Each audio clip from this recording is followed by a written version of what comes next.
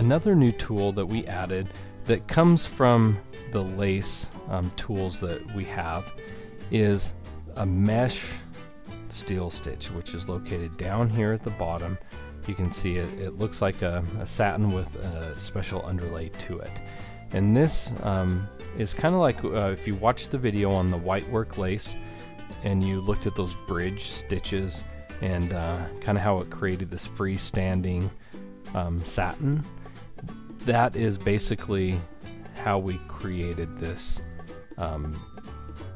this mesh steel stitch. And so to show you what we can do, I'm showing you a little design on the screen that is two objects. It is a piece of artwork, it's this border, and it's this circle. And I created this in the software really easily.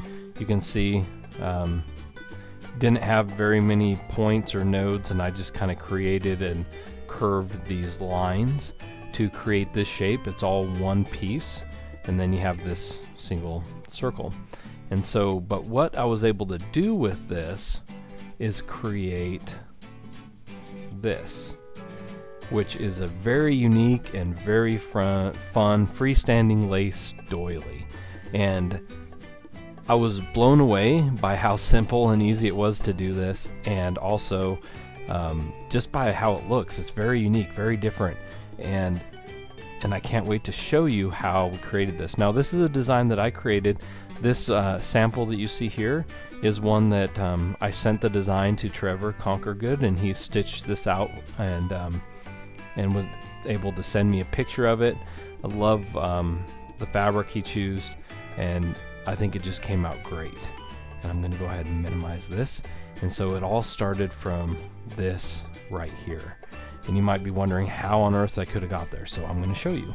It's actually really simple. So first of all, I did make this an applique, right? So in order to make it an applique, like a freestanding applique doily, I had to have like a placement and a tack down stitch. So that I could work with that fabric first.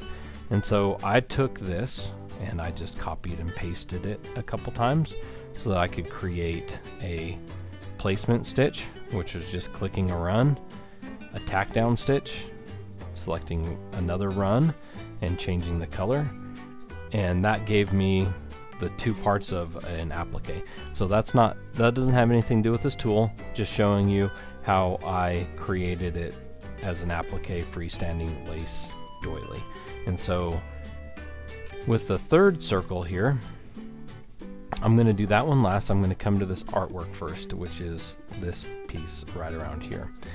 So to make that doily, I select this and I come down here and I click on the mesh tool, and it creates those stitches. So it doesn't look like much right here. It looks like a satin stitch. But it's really kind of what's underneath and adjusting the properties that gave me that effect. So if I do just a little slow redraw here, you'll see that it is doing all this underlay with that kind of the mesh pattern to make it a freestanding design. And then it's doing the lace border. So what I did is I selected it and I came into the properties, and from here I made this 7 millimeters wide, so that's a really wide satin stitch, right?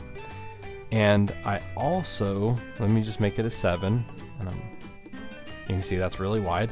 But what I did is I clicked to omit the steel finish. I didn't want the satin around the edge. I wanted to look like a piece of lace. So when I omit that and hit apply, you'll notice that now I get this pattern. I'm going to take it off 3D view, and you can see how it's starting to form here. And I'm going to come back in here, I'm going to select it, I'm going to go to the mesh tab, and in the mesh properties tab I have the ability to change the settings of this mesh underlay here. So I have a stitch length, I'm not going to change the offsets, I'm not going to change either.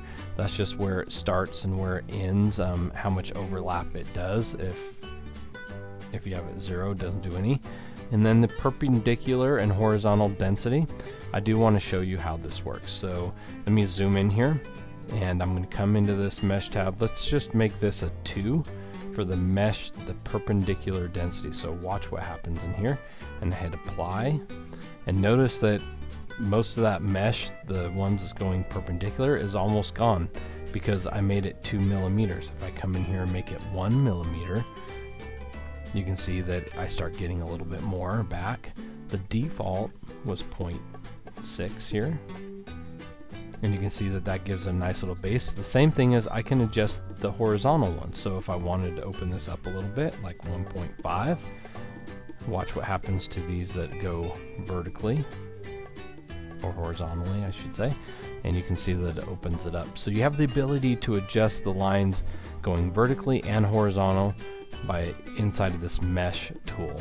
And so I did, I think, about a 1 on it, and just to kind of keep it a little bit open but not too open. And you can see that this is like an example of where I was with the design once I kind of finalized everything with it. So if I come up here, the one thing I didn't do is I didn't show you how I made that border. So I select that last piece of artwork, I come in here and I click the mesh still again, which looks identical to how it did before we made changes. So I'm going to make this 7, and I'm going to omit that satin, hit apply, and I can come in here and change like this density to 1 and keep it very similar. And now I have that design done and completed. So that mesh still tool is really unique. It gives you the opportunity to make some really nice, like kind of Battenburg lace. That's really what this tool is doing in a lot of ways. When you omit that satin, it's basically creating like a Battenburg lace. So if you love that type of lace, this is the tool that you want to use, and it's very simple. And again, I'm going to bring up an image of what it looked like. You can see here, it looks very much like the Battenburg lace, and it's a lot of fun. It's really simple to use, and we hope you enjoy it, and can't wait to see what people do with it. So thanks.